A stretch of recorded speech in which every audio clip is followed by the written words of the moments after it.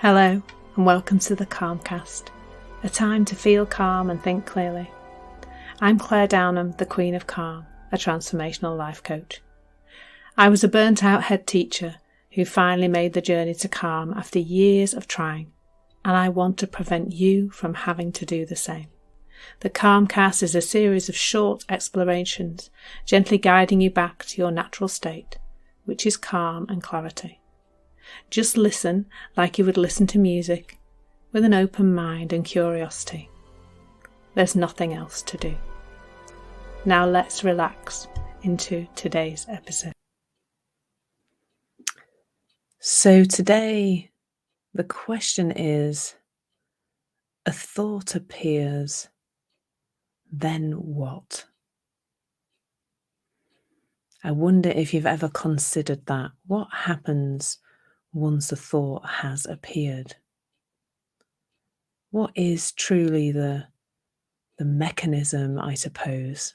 Not that we are mechanistic, but the process that we go through once a thought has appeared.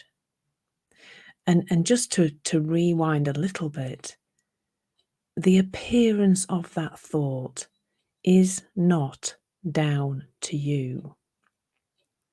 The appearance of that thought does not mean anything about you. That thought, when it appears, is neutral and random. And I guess this exploration today comes from having those ideals underpinning it.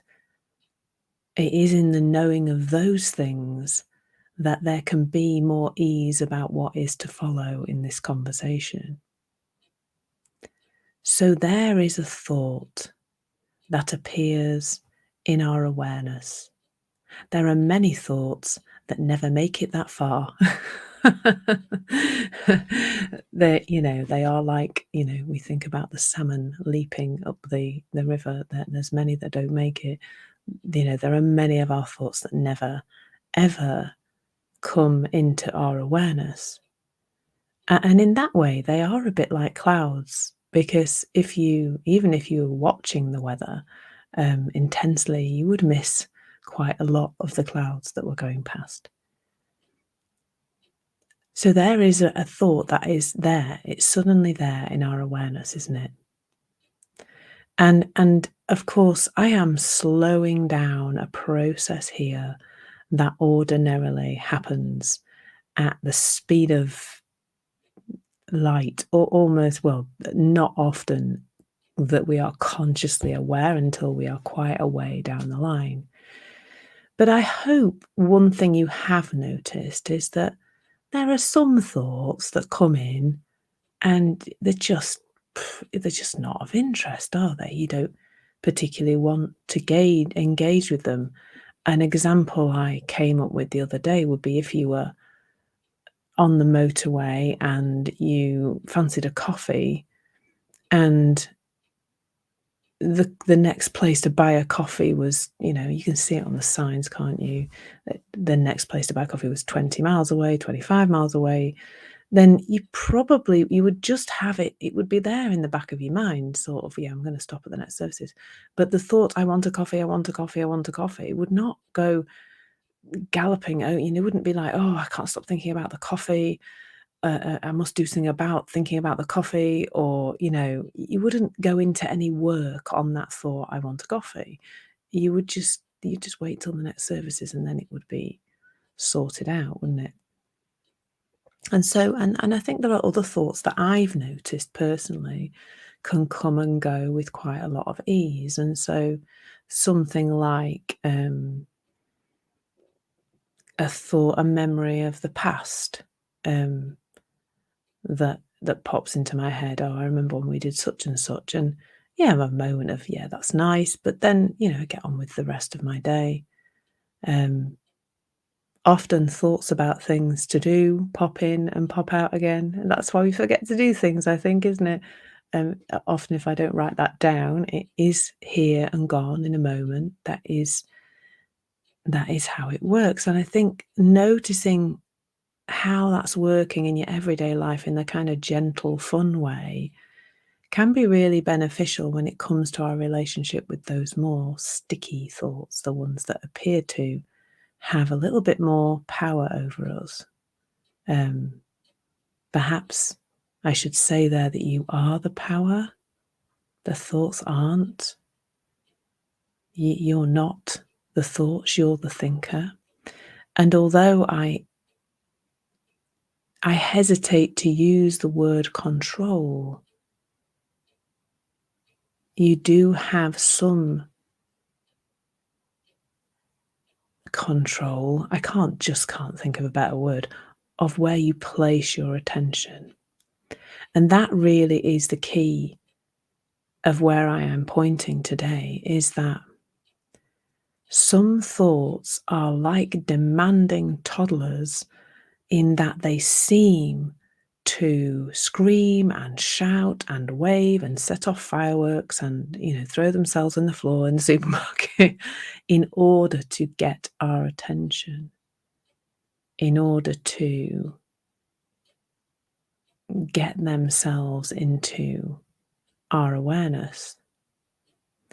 And once we've seen that thought, so I think this is really quite prominent with our habitual thoughts, our thoughts about the future, our thoughts about what the people think about us, perhaps our guilty thoughts about the past. There will be some kinds of thoughts that you have a different kind of relationship with.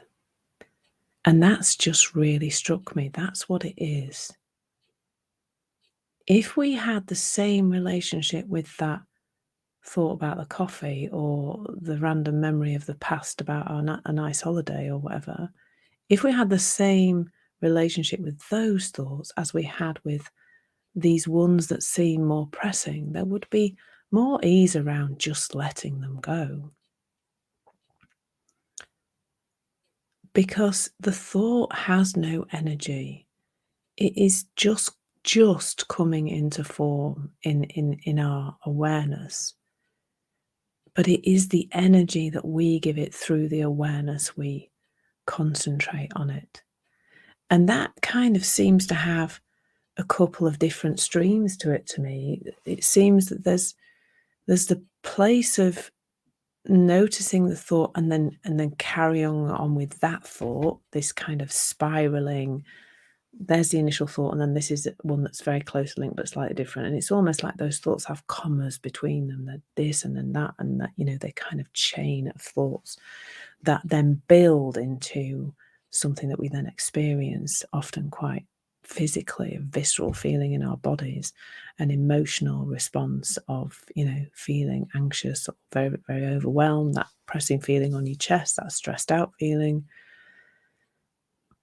But I also think when we start to see this capability we have of creating our experience through thought in the moment, it seems then that there can be a lot of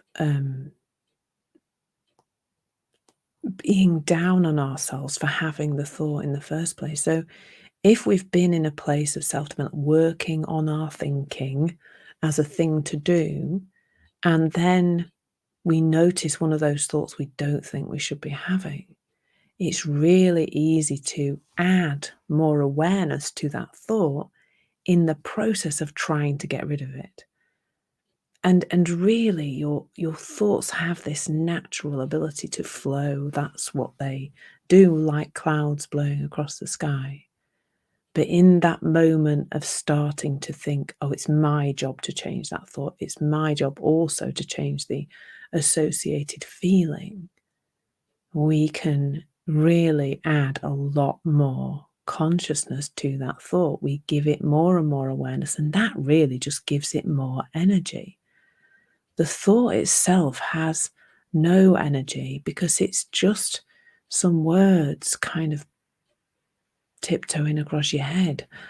Is a funny way to look at it, but feels maybe helpful. Whereas it is that attention, it is that awareness. Now, that gives that extra energy and makes those thoughts then be felt by us. Now, it may sound like where I'm pointing to is that there's something to do about this, but really what I've done today is to describe how it's working.